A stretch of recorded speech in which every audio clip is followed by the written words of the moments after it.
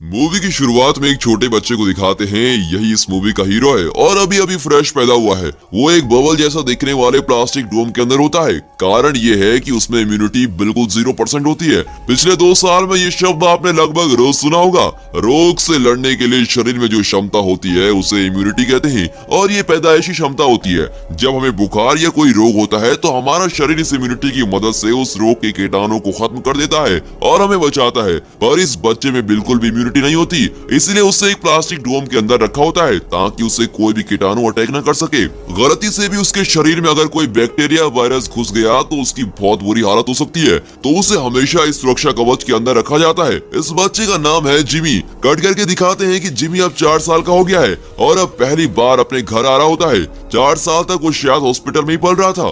डोम के अंदर रखकर ही उसे घर भी लाते हैं। जब उसे गाड़ी से उतारते हैं तो वहाँ कुछ बच्चे खेल रहे होते हैं। गलती से उनकी बॉल जिमी की ओर आ जाती है। तब उसकी माँ बॉल को पकड़कर देखिए तो क्या कर रही है, बॉल को पंचर कर देती है और अपने बेटे की सेफ्टी को लेकर वो बहुत ही सीरियस होती है। कट करके दिखाते हैं कि जिमी को घर के अंदर ले आए हैं। तब जाकर वो चैन की सांस लेती है कि चलो किसी तरह से सेफली घर ले आए। उसकी माँ ने उसके लिए एक अलग ही कमरा तैयार किया होता है जहाँ उसके बेड के चारों तरफ एक प्रोटेक्टिव कवर होता है। उसके अंदर जिमी की जरूरत की सारी चीजें होती है, जैसे उसके खेलने की चीजें, उसके पढ़ने के लिए बुक्स, उसके कपड़े, लगभग सब कुछ होता है। लेकिन प्यार से वो उसे अपने हाथ से सहला भी नहीं सकते। उसके लिए भी उन्हें एक भारी ग्लव्स पहनने पड़ते हैं। कट करके दिखाते हैं कि अब जिमी बड़ा हो जाता है और वो 12 साल का हो गया होता है। घर के अंदर प्लास्टिक के बड़े बड़े ट्यूब्स रखे गए होते हैं जिनके अंदर से जिमी एक जगह से दूसरी जगह जा सकता है। वो हॉल में बैठकर अपनी माँ के साथ टीवी देखता है और इसी तरह डोम के अंदर वो पल रहा होता है और उसकी माँ उसकी सुरक्षा का बहुत ध्यान रखती है। उस एरिया के कुछ बच्चे जिमी का डोम देखकर खुद भी प्लास्टिक कवर पहनकर उसका बहुत मजाक उड़ाने लगते हैं। बबल जैसे डोम की वजह से वो उसे बबल बॉय कहकर चिढ़ाते रहते हैं। अब जिमी की माँ गुस्सा होकर उन बच्चों पर पानी डाल देती है और वहाँ से उन्हें भगा देती है। कट करके दिखाते हैं कि जिमी की माँ उसे खाना देती है। खाना भी एक बड़े ट्यूब जैसे रास्ते से उसे दिया जाता है। फिर वो ट्यूब का लिड बंद करके एक बटन दबाती है जिससे अंदर एक गैस फैलती है। ये गैस एक सैनिटाइजर होती है जिससे वो खाने पे लगे सारे बैक्टीरिया खत्म कर देता है। उसके बाद ही जिमी खाना शुरू करता है। अब इस डोम के अंदर वो कुछ और साल गुजारता है। कट करके दिखाते हैं कि अब वो 18 साल का जवान हो गया होता है। एक दिन वो मजे से गिटार बजाकर गाना सुन रहा होता है। अब कट करके दिखाते हैं कि उसी वक्त उसके पास वाले घर में एक नई फैमिली आती है। उनके घर में जिमी की उम्र वाली एक लड़की भी होती है और वही इस मूवी की हीरोइन क्लोई है। उसे देखकर अपने जिमी की तो नींद ही उड़ जाती है। उसका लव एट फर्स्ट साइट हो जाता है। वो रोज अपनी खिड़की से उसे देखने लगता है और इसी तरह वो एक दिन देख रहा होता है कि क्लोई अचानक से उसे मुड़कर देख लेती है। फिर क्या, वो वही करता है जो इस सिचुएशन में सभी लड़के करने लगते हैं। वो खिड़की साफ करने की एक्टिंग करने लगता है। इस लव स्टोरी के बीच एक दिन क्लोई अपने दोस्तों के साथ कार में अपने घर आती है। उसका एक दोस्त कहता है, हे क्लोई, तुम्हारा जो पड़ोसी है वो हमेशा एक कवर में बंद रहता है। उसे हम बबल बॉय कहते हैं क्योंकि वो एक बबल जैसी चीज के अंदर ही रहता है। वो घर से बाहर नहीं निकलता। लगता है वो अपने घर में पूरी जिंदगी काटेगा। एकदम डरपोक लड़का है। इतने में दूसरा कहता है, हाँ यार, तूने बिल्कुल ठीक कहा। एक्चुअली वो इंसान ही नहीं है, वो एक एलियन है। इसलिए उसकी माँ उसे किसी और से मिलने जुलने ही नहीं देती। अपने दोस्तों की बातें सुनकर क्लोई जरा चिढ़ जाती है और कहती है, अरे चुप रहो यार, किसी की बीमारी का इस तरह मजाक नहीं उड़ाना चाहिए। क्या तुम नहीं जानते कि जन्म से उसके शरीर में इम्यूनिटी बिल्कुल नहीं है। एक भी कीटाणु अगर अंदर चला गया तो बेचारे की जान को खतरा हो सकता है। इसीलिए उसके पेरेंट्स उसे बहुत सेफली रखते हैं और तुम इडियट्स की तरह उसका मजाक उड़ा रहे हो। थोड़ा दिमाग से काम लिया करो। इस तरह वो उन्हें डांट कर घर के अंदर चली जाती है। अब कट करके दिखाते हैं कि क्लोई जिमी के बारे में सोच रही होती है। वो ये जानना चाहती है कि सारा दिन जिमी अपने डोम के अंदर बैठा रहता है और करता क्या होगा। जानने के लिए वो एक दिन जिमी के घर चली जाती है और दरवाजा खटखटाती है। कट करके दिखाते हैं कि जिमी के डैड दरवाजा खोलते हैं। वो कोई इंटरेस्टिंग सी किताब पढ़ रहे होते हैं और उनका ध्यान क्लोई की तरफ बिल्कुल नहीं जाता। दरवाजा खोलकर वो चले जाते हैं। अब क्लोई सीधे जिमी के कमरे में जाती है। वहाँ का माहौल देखकर वो तो हैरान रह जाती है कि ये सब कुछ है क्या। क्लोई को वहाँ देखकर जिमी भी चौंक जाता है क्योंकि वो पहली बार अपनी उम्र की किसी लड़की को देख रहा होता है। वो तो एकदम फ्रीज हो जाता है। लेकिन क्लोई जिमी को अजूबे की तरह नहीं देखती। वो जिमी को नॉर्मल लड़का मानती है और उसी तरह उसके साथ बिहेव करती है। दोनों बहुत मजे से बातें करते हैं और हंसी मजाक चल रही होती है। कुछ देर बाद क्लोई विदा लेती है और कहती है, तुमसे मिलकर मजा आया, तो फिर कल मिलेंगे। और ये कहकर वो चली जाती है। उसके जाने के बाद जिमी की माँ उसके डोम का कवर खूब क्लीन करती है और सैनिटाइजर से पूरा साफ करती है। उसे इस बात का डर होता है कि क्लोई के मुंह से या नाक से निकले हुए कीटाणु इस पर न लग गए हो, और अगर लग गए हो तो वो जिमी को अटैक कर सकते हैं, इसीलिए वो उसको अच्छे से साफ कर रही होती है। अगले दिन क्लोई फिर वहाँ आती है और जिमी से खूब बातें करती है, दोनों बहुत घुल मिल जाते हैं। अब जिमी उसे गिटार बजाना भी सिखाता है। इसी तरह जिमी अपनी नई फ्रेंडशिप बहुत ही एंजॉय कर रहा होता है। एक दिन क्लोई जिमी के घर आती है और उसके साथ एक लड़का भी होता है। क्लोई उसे इंट्रोड्यूस करती है और जिमी से कहती है ये मार्क है और एक बहुत ही बड़ा सिंगर है और मैं इसी से शादी करने वाली हूँ।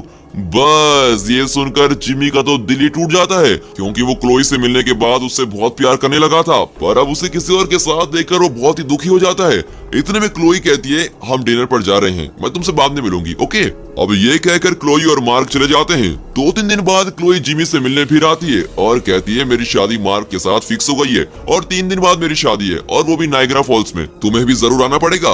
ये सुनकर जिमी मायूस हो जाता है और उसे फ्रस्ट्रेशन होने लगती है और गुस्से में न जाने वो क्लोई को क्या क्या कह जाता है। क्लोई समझ नहीं पाती कि वो अचानक इस तरह क्यों बिहेव कर रहा है। उसके गुस्से की वजह को भी वो नहीं जानती और वो भी अपसेट होकर वहाँ से चली जाती है। उसके जाने के बाद जिमी उसे भूल नहीं पाता। तब वो हमारे फिल्मी हीरो की तरह फैसला करता है कि किसी भी तरह मैं उसकी शादी को रोक दूंगा, पर वो अपने डोम से बाहर तो निकल नहीं सकता। फिर वो क्लोई के पास और वो भी नायग्रा फॉल्स कैसे पहुंचेगा? और इतना ही नहीं, उसके तो कोई दोस्त भी नहीं होते जो उसकी मदद कर सके। पर जिमी बहुत ही इंटेलिजेंट होता है। वो एक ऐसा सूट डिजाइन करता है जिससे उसकी बॉडी को प्रोटेक्शन मिल सके और जिसे वो पहनकर घूम फिर सके। अब लड़की के चक्कर के कारण वो उसी रात उस सूट को तैयार कर लेता है और सुबह होते ही वो बिना किसी को बताए घर से निकल जाता है। उसके पेरेंट्स को पता चलता तो वो उसे बाहर जाने के लिए कभी अलाउ नहीं करते और इसी वजह से वो चुपचाप वहाँ से निकल जाता है। कट करके दिखाते हैं कि वो बाहर की दुनिया में पहली बार कदम रखने चला गया और उसका चेहरा और मन दोनों ही खिल जाते हैं। 18 साल से वो घर के अंदर ही बंद था और घर से बाहर निकलकर उसका खुशी का ठिकाना नहीं होता और इसी खुशी के साथ वो उस जगह से निकल जाता है। कट करके दिखाते हैं कि वो अपने घर से कुछ दूर एक बस स्टॉप पर पहुंच जाता है और वहाँ टिकट्स देने वाला आदमी से कहता है मैं नायग्रा फॉल्स जाना चाहता हूँ, उसके लिए कहाँ से बस मिलेगी? वो आदमी कहता है बस तो जरूर मिलेगी, पर तुम्हें वहाँ जाने के लिए $500 लगेंगे। अब जिमी कहता है उतने पैसे तो नहीं है मेरे पास। वो आदमी चिढ़कर कहता है पैसे के बिना कुछ नहीं हो सकता, बस में जाना है तो पैसे लाओ या फिर सड़क के बीच में जाकर खड़े जाओ, फिर तुम बस में चढ़ो या तुम पर बस चढ़े। इस तरह बेहुदा का जोक करके वो जिमी को वहाँ से जाने को कहता है। उस आदमी की बात सुनकर जिमी परेशान हो जाता है और मायूस होकर वहाँ से लौट रहा होता है। तभी एक बस उससे टकरा जाती है, पर उसका बबल कवर उसकी सुरक्षा कर लेता है और उसको बचा लेता है। उस बस से कुछ लड़के उतरते हैं और जिमी के पास आते हैं। वे शायद किसी टूर पे निकले हैं। पास आकर वे हैरान हो जाते हैं कि ये लड़का इसके अंदर कर क्या रहा है। जो भी हो, जिमी इस बड़े एक्सीडेंट से बच गया होता है और उसका बबल भी बिल्कुल ठीक था। इतना ही नहीं, अगर उसे कुछ होता तो बस के ड्राइवर को भी जेल हो जाती। और कुछ देर उनसे बात करने के बाद वो बताता है कि मैं अपनी गर्लफ्रेंड की शादी रोकने जा रहा हूँ और मुझे नायग्रा फॉल्स जाना है, क्या आप लोग मुझे वहाँ तक लिफ्ट दे सकते हैं? लड़के कहते हैं अरे वाह, व्हाट अ कोइंसिडेंट, हम भी तो उसी ओर जा रहे हैं, हम तुम्हें वहाँ जरूर ले जाएंगे। जिमी बहुत ही खुश हो जाता है। फिर वे जिमी को अपने बस में लेके जाते हैं और बस के अंदर सब खुश हो जाते हैं और उन लोगों का नाच गाना चल रहा होता है। अब कट करके दिखाते हैं कि घर में जिमी की माँ उसके लिए नाश्ता लेकर आती है, पर जिमी को वहाँ ना पाकर वो चिल्लाने लगती है और सारा घर सर पे उठा लेती है। कट करके फिर जिमी को दिखाते हैं जो उन लड़कों के साथ मजे में बस में जा रहा होता है। उस ग्रुप के एक लड़की से वो कहता है हे तुम बहुत सुंदर हो, मेरे साथ चलोगी? ये सुनकर उस लड़की को अजीब लगता है और जिमी का कोई फ्रेंड नहीं होता और वो जानता ही नहीं कि दूसरों से कैसी बात करनी चाहिए। उसकी बात करने का तरीका उन लोगों को अजीब लगता है। वो लड़की अपने साथियों से कहती है कि ये लड़का मुझे ठीक नहीं लग रहा, ये मुझे अपने साथ चलने को कह रहा है। इस बात से चिढ़कर उस ग्रुप के लड़के जिमी को रास्ते में ही बस से उतार डालते हैं और उस रेगिस्तान जैसी जगह पर वो बेचारा अकेला पड़ा है। कट करके जिमी की मॉम को दिखाते हैं जो पुलिस को फोन करती है और बताती है कि मेरा बेटा लापता हो गया है, प्लीज उसे ढूंढ लीजिए। कट करके जिमी को दिखाते हैं उसकी समझ में नहीं आता कि उसकी किस गलती के कारण उन लोगों ने उसे बस से बाहर डाल दिया। अब बाहर की दुनिया का चाल चलन उसे बिल्कुल अजीब लगता है और बाहर की दुनिया वालों को उल्टा वो अजीब लग रहा होता है। वो उसी बस के रास्ते में चलने लगता है। तभी देखता है कि रास्ते में एक आदमी अपनी बाइक ठीक कर रहा होता है। जिमी उससे मदद मांगता है। इसे देखते ही वो आदमी डर जाता है और हाथ में एक चाकू लिए जिमी को धमकाता है और कहता है कौन हो तुम, एलियन हो क्या, मुझे किडनैप करने आए हो? मेरे पास मत आना वरना चाकू से मार डालूंगा। कट करके दिखाते हैं कि बस के लोग एक जगह पर पहुंच जाते हैं। वे आर्कियोलॉजी के स्टूडेंट होते हैं और किसी रिसर्च ट्रिप पर आए हुए होते हैं। उस जगह पर वो कोई पुरानी इंस्क्रिप्शन को को देख रहे होते हैं। उनका प्रोफेसर कहता है, देखो उस जमाने में लोग भगवान को इसी रूप में दर्शाते थे। उनके चारों ओर रोशनी का एक चक्र होता है और भगवान हमेशा उसी चक्र के अंदर होते हैं। ये सुनकर वे चौंक जाते हैं क्योंकि वे उसी रूप में अभी भी एक लड़के को देख कर आए थे। वे सोचते हैं तो भगवान ने ही हमसे लिफ्ट मांगी थी और अनजाने में हमने उसे मार मार कर बस से नीचे ढकेल दिया। अब कट करके दिखाते हैं कि जिमी उस आदमी को अपनी कहानी बता रहा होता है। वो आदमी जिमी की बातों पर अब विश्वास करने लगता है और पूछता है कि उसे कहाँ जाना है। जिमी कहता है, मुझे नायग्रा फॉल जाना है। जिमी का डेस्टिनेशन सुनकर वो आदमी उसे लिफ्ट देने को तैयार हो जाता है और फिर कहता है, मैं तुम्हें कुछ दूर तक लिफ्ट दे दूंगा। कट करके दिखाते हैं कि अब ये लॉस वेगस को क्रॉस कर रहे होते हैं और ये एक बहुत ही बड़ी सिटी है जहाँ जिमी उसे देखकर बहुत ही हैरान हो जाता है क्योंकि वहाँ के लोग शराब और पार्टीज में बहुत ही इंजॉय कर रहे होते हैं। वो शहर कसिनोज और बार से भरा होता है। अगर पैसे हो तो वहाँ खूब इंजॉय हो सकता है, बिल्कुल अपने गोवा की तरह। उसके चेहरे पर इतनी हैरानी देखकर वो आदमी पूछता है, क्या तुम पहली बार यहाँ आ रहे हो? तब तो तुम्हारे देखने के लिए बहुत सारी चीजें यही हैं। तुम यहाँ जरूर एंजॉय करोगे। चलो मैं तुम्हें शहर दिखाता हूँ। ऐसा कहकर वो जिमी को एक कसिनो में लेके जाता है और जिमी मजे से अंदर जाता है और बहुत सारे गेम्स खेलता है। तभी उसे ख्याल आता है कि 2 दिन में क्लोई की शादी है और उसे भूलकर मैं यहाँ बेकार में वक्त बर्बाद कर रहा हूँ। फिर वो उस आदमी के पास जाकर कहता है, सर आप मुझे यहाँ से लेके चलिए, मुझे जल्द से जल्द नायग्रा फॉल जाना है। वो आदमी कहता है, भाई थोड़ी देर रुक तो जाओ, अभी तो यहाँ आए हैं, मुझे एक और बार खेलने दो। जो हारा हूँ उसे जीतना भी तो है। पर जिमी को उसकी बातें समझ में नहीं आती। तभी वो वहाँ रखे एक बाइक को देखता है और वहाँ चल रहे किसी गेम के विनर के लिए वो बाइक रखी होती है। उस बाइक को जिमी उठा लेता है। कट करके दिखाते हैं कि जिमी के पेरेंट्स भी उसे ढूंढते हुए लॉस वेगस पहुंच जाते हैं। तभी ये बाइक वाला भी बाहर आकर जिमी को ढूंढने लगता है और उसी वक्त बस के वो लड़के भी जिमी को भगवान समझकर ढूंढते हुए वहां पहुंच जाते हैं। वे बाइक वाले से पूछते हैं, यहाँ आपने किसी लड़की को देखा जिसके शरीर पर बलून जैसा कुछ बना हुआ था? ये सुनकर वो बाइक वाला बहुत गुस्सा होता है और कहता है, तुम इस शैतान लड़कों ने उसे गाड़ी से नीचे उतार दिया था। वो खुद इतना बेचारा है और तुमने उसके साथ ऐसा किया। मैं तुम लोगों को नहीं छोड़ूंगा। और ऐसा कहकर वो उन्हें चाकू दिखाता है। वे लोग वहां से भाग जाते हैं। इतना ही नहीं, उनकी बस उस आदमी की बाइक को भी डैमेज कर देती है और बाइक वाले का गुस्सा और बढ़ जाता है और वो चिल्लाता है, तुम लोगों को मैं जिंदा नहीं छोड़ूंगा। कट करके दिखाते हैं कि जिमी मजे से बाइक में जा रहा होता है और उसके आगे एक कार जा रही होती है जिसमें उसके पेरेंट्स जा रहे होते हैं। उन्हें देखकर जिमी चौंक जाता है और उसे देखकर वो भी चौंक जाते हैं। इस वजह से दोनों ही अपना बैलेंस खो देते हैं और उनकी कार जिमी की बाइक से टकरा जाती है। जिमी इस बार भी अपने बबल की वजह से बच जाता है। वो बबल कवर करने के कवच की तरह हमेशा उसकी रक्षा करता है, पर टकराने की वजह से उसका बबल बाउंस होने लगता है और वो एक बॉल की तरह बाउंस होता हुआ सीधे एक ट्रेन के कंपार्टमेंट में जा रुकता है और इसी बीच वो बेहोश भी हो जाता है। कट करके दिखाते हैं कि जिमी के पेरेंट्स देखकर बहुत बड़ी शॉक में होते हैं। फिर कट करके दिखाते हैं कि सुबह हो गई होती है और जिमी आंखें खोलता है। उसके सामने कई सारे जानवर और कुछ पुतले होते हैं। वहाँ कुछ लोग भी होते हैं जो देखने में अजीब लगते हैं। एक्चुअली वो किसी सर्कस में तमाशा दिखाने वाले लोग हैं। जिमी उनसे बातें करने लगता है। तभी वो ट्रेन अचानक रुकती है और उस फोर्स के कारण कंपार्टमेंट का दरवाजा खुल जाता है और जिमी ट्रेन से नीचे गिर जाता है। तब उसके सामने एक बौना खड़ा दिखता है। वो उस सर्कस का मालिक होता है। वो जिमी से कहता है, तुम कौन है भाई और ये तुमने क्या पहन रखा है? क्या तुम बबल मैन हो? कोई बात नहीं, अब तुम मेरे पास पहुंच गए हो, मैं तुम्हें काम दे दूंगा। वो जिमी का तमाशा बनाकर पैसे कमाने की सोचता है, पर जिमी कहता है, अरे तुम तो खुद बौने हो और तुम इस सर्कस कंपनी के मालिक हो। सुनकर बड़ा मजा आया। इस तरह वो उस बौने का मजाक उड़ाता है। इस पर बौने को बहुत गुस्सा आता है और वो जिमी के बबल पर चढ़कर उसको तोड़ने की कोशिश करता है, पर जिमी अंदर से उसे मुक्का मारता है और वो आदमी उड़ता हुआ सीधी दूसरी जगह गिरता है और बेहोश हो जाता है। फिर जिमी वहाँ से बच निकलता है। उसके पीछे पीछे सर्कस के कुछ लोग भी आ रहे होते हैं। एक्चुअली उन लोगों को मालिक देखने में तो छोटा सा लगता है, पर इन लोगों को बहुत पीटा करता है। वो बहुत ही गुस्से वाला होता है, इसलिए वे लोग उससे छुटकारा पाना चाहते हैं। जब उन्होंने देखा कि जिमी ने उस आदमी को मार गिराया तो वे खुश होकर उसके साथ चलने का फैसला करते हैं, पर जिमी उन्हें समझाता है कि मैं उतना बड़ा आदमी नहीं हूँ जितना तुम लोग मुझे समझ रहे हो, और यही नहीं, मेरे साथ चलना तुम लोगों के लिए सेफ नहीं होगा। किसी तरह उन्हें मनाकर वो अकेला ही चल देता है। अब कट करके दिखाते हैं कि वो एक होटल पहुंचता है। वहाँ इंडिया का एक आदमी खाना खा रहा होता है। उस आदमी का नाम पुष्पॉप है। उसके सर पर पगड़ी होती है। वहाँ के कुछ लोग उसका मजाक उड़ा रहे होते हैं कि यह आदमी एकदम जोकर की तरह दिखता है और इसकी टोपी तो देखो कितनी अजीब लग रही है। जिमी वहाँ पहुंचता है और कहता है, तुम लोग उसका मजाक क्यों उड़ा रहे हो? ये उनके देश का पहनावा है, इंडिया जानते हो ना, ये वहीं से आया है। किसी के कल्चर का मजाक उड़ाना ठीक नहीं है। उनमें से एक आदमी पूछता है, अच्छा तो तुम कौन हो? तुम खुद ही एक मजाक लग रहे हो और इस बबल के अंदर कर क्या रहे हो? देखने में तो तुम बच्चे लगते हो और इसकी सपोर्ट करोगे। अब देखो मैं तुम्हारा क्या हाल करता हूँ। ये कहकर वे लोग जिमी को होटल में बंद कर देते हैं और बाकी लोगों को बाहर भेज देते हैं। फिर वे उस होटल में आग लगा देते हैं। लगता है वे उस एरिया के गुंडे हैं और जिमी का सवाल उन्हें पसंद नहीं आया। होटल बुरी तरह से जलने लगता है। अगर जिमी का बबल जल गया तो वो मर जाएगा। बेचारा जिमी खुद को बचाने के लिए यहाँ वहाँ भाग रहा होता है। इतने में पुष्पा अपना ट्रक होटल के पिछले दरवाजे पर लाता है और जिमी को ट्रक में चढ़ने को कहता है। इस तरह वे दोनों वहाँ से बच निकलते हैं। कट करके दिखाते हैं कि जिमी के पेरेंट्स उस ट्रेन को चेस करते हैं जिसमें जिमी गिरा था और किसी तरह वे उस ट्रेन को पकड़ लेते हैं और उस कंपार्टमेंट में जाकर ढूंढते हैं, पर वहाँ जिमी नहीं होता। फिर वे उस सर्कस के मालिक से पूछते हैं। वो कहता है मैं जानता हूँ वो कहाँ गया है और मैं आपको जरूर बताऊंगा, पर एक शर्त पर जाऊंगा, तुम मुझे भी वहाँ ले जाओगे। वो उनके साथ चलकर जिमी से बदला लेना चाहता था। कट करके दिखाते हैं कि जिमी और पुष्पा बातों में मस्त ट्रक में जा रहे होते हैं और जिमी अपनी पूरी कहानी उसको सुनाता है। उसे सुनते हुए पुष्पा गाड़ी चला रहा होता है। अचानक गाड़ी के सामने एक गाय आ जाती है, पर ब्रेक मारने से पहले ही वो गाड़ी के नीचे आ जाती है।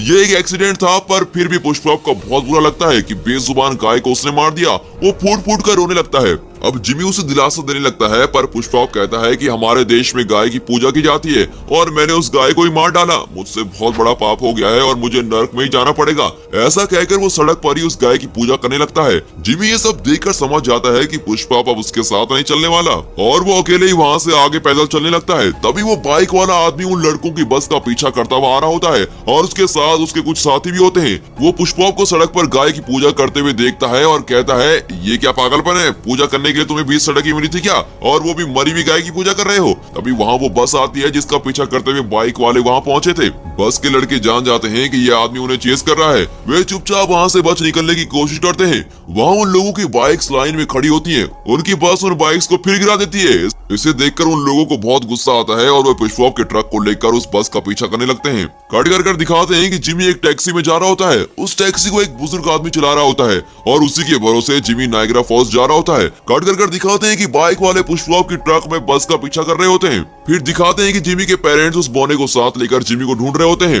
अब जिमी एक होटल से खाना खरीदकर वापस आ रहा होता है। इतने में बस वाले लड़के आ जाते हैं और जिमी को देखकर वो उसके पैर पर गिरकर कहते हैं, हे भगवान, हम आपकी तलाश में थे, हम यहाँ आ गए हैं, हे भगवान हमारी बस में चढ़ जाए। वे जिमी को उठाकर अपनी बस में लेके जाते हैं और उससे पूछते हैं, ये कैसा गोला है जो आपने अपने शरीर में पहन रखा है, ये भारी होगा ना, इसे तोड़कर हम आपका वजन कम करते हैं, ये सेवा करने का मौका हमें जरूर दीजिए। और ये कहकर वो बबल को तोड़ने लगते हैं। तभी वहाँ सर्कस के लोग भी आ जाते हैं। जिमी ने उन्हें उनके मालिक से बचाया था, इसीलिए वे अब जिमी को उन लोगों से बचाने में लग जाते हैं। इसी वजह से दोनों ग्रुप में लड़ाई हो जाती है। सिचुएशन अब बहुत ही खराब हो गई होती है। कट करके क्लोई को दिखाते हैं जो टीवी न्यूज देख रही होती है। वो चैनल चेंज करती है, पर चैनल में बबल से रिलेटेड ऐड चल रहे होते हैं। जब भी कोई बबल का जिक्र होता है तो क्लोई को जिमी की याद आने लगती है। वो सोचती है, मुझे इस तरह नाराज होकर नहीं आना चाहिए था, वो हमेशा मेरे सपनों में क्यों आता है, लगता है मैं उससे बहुत मिस करने लगी हूँ। कट करके दिखाते हैं कि लड़कों और सर्कस वालों के झगड़े के बीच बाइक वाले भी वहाँ पहुँच जाते हैं और अब वे सब एक दूसरे से लड़ने लगते हैं। माहौल और भी खराब होने लगता है। इन लोगों के झगड़े के बीच जिमी उस टैक्सी में वहाँ से निकल जाता है। कट करके अगले दिन सुबह दिखाते हैं कि जिमी टैक्सी में सो गया होता है और टैक्सी अभी भी चल रही होती है। बुजुर्ग रात भर टैक्सी चला रहा था। इतना ही नहीं, वो अभी बड़ी खुशी से टैक्सी चला रहा होता है। उसकी तंदुरुस्ती देखकर जिमी हैरान रह जाता है और पूछता है, दादाजी इस उम्र में भी आप इतनी देर तक गाड़ी कैसे चला पाते हो, आप एकदम सुपर हो सच में। और उसकी इस प्रशंसा का कोई जवाब नहीं मिलता। एक्चुअली बात ये होती है कि दादाजी आंखें खोलकर सो रहे होते हैं। उन्होंने यूं ही स्टीयरिंग पर हाथ रखे होते हैं और गाड़ी खुद चल रही होती है। ये जानकर जिमी चौंक जाता है और बुजुर्ग को कोसने लगता है, अरे दादाजी इस तरह पूरी रात गाड़ी चलाए थे क्या, मुझे मार डालोगे क्या। तभी आगे एक बोर्ड दिखता है जिस पर डेड एंड लिखा होता है और जिमी अचानक ब्रेक दबाता है और फोर्स की वजह से उस कार से उड़कर सीधे उस पोस्टर को फाड़ता हुआ दूसरी ओर गिरता है। लेकिन इस बार फिर से उसका बबल ही उसे बचा लेता है। फिर वो पास के एक टेलीफोन बूथ से क्लोई को कॉल करता है, पर क्लोई के बजाय उसका बॉयफ्रेंड मार्क फोन उठाता है और पूछता है, कौन बोल रहा है। जिमी कहता है, मैं बबल बॉय बोल रहा हूँ। मार्क कहता है, ठीक है, पर तुम क्लोई को क्यों फोन कर रहे हो। अब जिमी कहता है, मैं उससे बहुत प्यार करता हूँ, ये बात मैं उसे बताना चाहता हूँ, इसीलिए मैंने कॉल किया है। जिमी बिना डरे उसे पूरी बात साफ साफ बता देता है। अब ये सुनकर मार्क को गुस्सा आता है और कहता है, अबे इतनी हिम्मत आ गई तुझमें, मैं क्लोई से शादी करने वाला हूँ और तुम हमारी शादी को रुकवाने आए हो। तुम मेरे बारे में नहीं जानते, अगर तुम यहाँ नजर आए तो तुम्हें जिंदा नहीं छोड़ूंगा। और तुम उससे शादी करके करोगे क्या, क्या तुम उसे खुश रख पाओगे, तुम उसे छू भी नहीं पाओगे, अपने बलून से बाहर निकलते ही तुम मर जाओगे, तुम में तो जरा भी इम्यूनिटी नहीं है और तुम शादी करके करोगे क्या, तुम्हारे बच्चे कैसे होंगे, प्रैक्टिकली सोचने की कोशिश करो, तुम जानते हो ना वो कभी नहीं होगा। मैं तुम्हें एक एडवाइस देता हूँ, तुम क्लोई को पूरी तरह से भूल जाओ और घर वापस लौट जाओ। इतना कहकर वो कॉल कट कर देता है। उसकी बात सुनकर अब अब जिमी सोचने लगता है कि मार्क बिल्कुल सही कह रहा था, मेरा प्यार सच्चा है पर मुझे शादी, बाल बच्चे और फैमिली के बारे में सोचना नहीं चाहिए। इस रियलाइजेशन के बाद वो अपनी माँ को फोन करके अपना लोकेशन बताता है और कहता है मुझे पिकअप करने के लिए आ जाओ। फिर वो बूथ से बाहर आकर बैठ जाता है और बहुत दुखी होता है। कुछ देर में उसके पेरेंट्स उस जगह पर आकर जिमी के पास पहुंच जाते हैं। उसकी माँ बहुत रोती है और कहती है, बेटा इस तरह बिन बताए घर से क्यों निकल आए? ये दुनिया तुम्हारी तरह मासूम नहीं है, तुम यहाँ अकेले खुद को नहीं संभाल पाओगे। अगर तुम किसी मुसीबत में फंस गए तो हमारा क्या होता? अच्छा हुआ हमने तुम्हें ढूंढ निकाला, चलो बेटा अब घर चलते हैं। अब जिमी कार में बैठ जाता है, तभी उसकी माँ पास में एक दुकान के अंदर जाती है। जिमी की उदासी देखकर उसके पापा पूछते हैं, इतना मायूस होने की क्या बात है बेटा? जिमी कहता है, मैंने अपनी लाइफ में पहली बार एक लड़की को देखा और मैं चाहता हूँ कि वो पूरी लाइफ मेरे साथ रहे, पर मैं अपना सपना पूरा नहीं कर सकता क्योंकि मुझ में इम्यूनिटी तो है ही नहीं, और जब मैं खुद बबल से बाहर नहीं आ सकता तो उसको पूरी लाइफ कैसे खुश रख पाऊंगा? इस तरह वो अपने दिल की सच्चाई बता रहा होता है। उसके पापा कहते हैं, बेटा अगर इंसान कोई फैसला ले ले और उस फैसले पर डटा रहे तो इस दुनिया में कोई भी ताकत उसे रोक नहीं पाएगी। तुम खुद पे विश्वास रखो, तुम उस लड़की के साथ रहना चाहते हो ना, तो फिर हिम्मत से काम लो, तुम्हें कोई नहीं रोक पाएगा और तुम्हें कुछ भी नहीं होगा। इस तरह उसके पापा उसे खूब मोटिवेट करके वहाँ से चले जाते हैं। अब जिमी को अपने पर पूरा विश्वास होता है। उसकी माँ वापस आकर देखती है कि जिमी वहाँ होता ही नहीं। इतना ही नहीं, उसके पापा खुशी से हंस रहे होते हैं। कट कर दिखाते हैं कि जिमी तेजी से दौड़ रहा होता है, पर उसके ठीक पीछे कार में उसकी माँ चिल्लाती हुई आती है कि बेटा रुक जाओ, इस तरह हमें छोड़कर फिर से मत जाओ। तभी बस भी वहाँ आ जाती है और उसके अंदर से लड़के चिल्ला रहे होते हैं कि हे भगवान आप कहाँ जा रहे हैं, प्लीज रुक जाइए। उनके पीछे बाइक वाले भी होते हैं जो अपने हिस्से का चिल्ला रहे होते हैं कि हम तुम्हें नहीं छोड़ेंगे, और इस तरह सभी उसका पीछा कर रहे होते हैं। तभी वहाँ एक छोटा सा एरोप्लेन आता है और उसे चलाने वाला और कोई नहीं, वही बुजुर्ग टैक्सी ड्राइवर होता है। लगता है एक्सीडेंट में वो बच गया था, सच में उसकी लाइफ लाइन बहुत स्ट्रॉन्ग है। तभी जिमी झट से उसकी प्लेन में चढ़ जाता है और दोनों वहाँ से उड़ जाते हैं। कट करके दिखाते हैं कि चर्च में क्लोई और मार्क शादी के लिए बिल्कुल तैयार खड़े होते हैं। कट करके दिखाते हैं कि जिमी और बुजुर्ग अब नायग्रा फॉल्स के ऊपर उड़ रहे होते हैं। वाटरफॉल को देखकर जिमी उछलने लगता है और कहता है, वाओ मेरी लाइफ में मैंने इतना खूबसूरत दृश्य कभी नहीं देखा। पर अचानक एरोप्लेन का पेट्रोल खत्म हो जाता है। अब जिमी बुजुर्ग को डांटता है कि प्लेन तो तुम लेकर आ गए पर उसका पेट्रोल चेक क्यों नहीं किया तुमने? अब जिमी को टेंशन हो रही होती है कि वो अपनी खुशी में फिर से नाकाम होने वाला है। वो झट से उस नायग्रा फॉल्स में कूद जाता है, लेकिन वो डूबता नहीं। हमेशा की तरह उसका बबल कवर उसको बचा लेता है, क्योंकि बबल के अंदर हवा भरी होती है और इस वजह से वो तैरने लगता है और किसी तरह किनारे पहुंच जाता है। पानी से निकलकर वो चर्च की ओर जाने लगता है। कट करके चर्च के अंदर दिखाते हैं, क्रिश्चियन शादी में रिवाज होता है कि शादी से पहले दूल्हे और दुल्हन की मर्जी पूछी जाती है। दोनों की मंजूरी के बाद पादरी उन्हें हस्बैंड और वाइफ डिक्लेयर करता है और उन्हें एक दूसरे को किस करने को कहता है। तभी जाकर शादी पूरी होती है। तो यहाँ पादरी मार्क से पूछती है कि क्या तुम क्लोई से शादी करने को तैयार हो? मार्क कहता है, मैं तो कब से तैयार खड़ा हूँ। फिर वो क्लोई से पूछती है, क्या तुम मार्क से शादी करने को तैयार हो? वो झट से हाँ नहीं करती, वो किसी सोच में खोई भी होती है। जिमी उसके दिल के किसी कोने में जरूर था और शायद इस वक्त उसी की याद उसे सता रही थी। वो पादरी को कोई जवाब नहीं देती। वो कंफ्यूजन में होती है कि उसे हाँ करनी चाहिए कि ना। इतने में अचानक जिमी वहाँ पहुँच जाता है और उसे देखकर क्लोई का चेहरा एकदम से खिल जाता है। जिमी के लिए उसके दिल में प्यार था, पर इस वक्त तक वो उसे समझ नहीं पाई थी।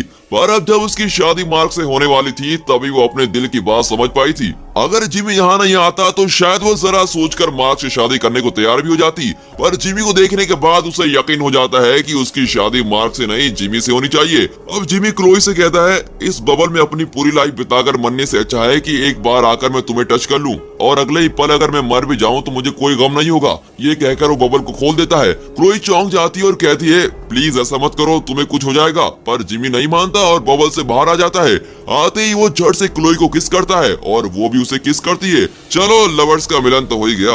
ऐसा ही सोचकर मैं भी खुश हो रहा था, पर जीरो इम्यूनिटी अपना काम कर जाती है और कुछ ही सेकंड्स के बाद जिमी बेहोश होकर नीचे गिर जाता है। अब ये देखकर क्लोई घबरा जाती है। तभी जिमी की माँ वहाँ आती है और चिल्लाती है, बेटा ये तुम्हें क्या हो गया है? मेरी बात तुमने क्यों नहीं मानी? ये लड़की, तुमने तो मेरे बेटे की जान ले ली है। इतने में बाइक वाला ग्रुप्स और बस वाले लड़के भी वहाँ पहुँच जाते हैं और जिमी को जमीन पर मरा पड़ा हुआ देखकर वे सब दुखी हो जाते हैं।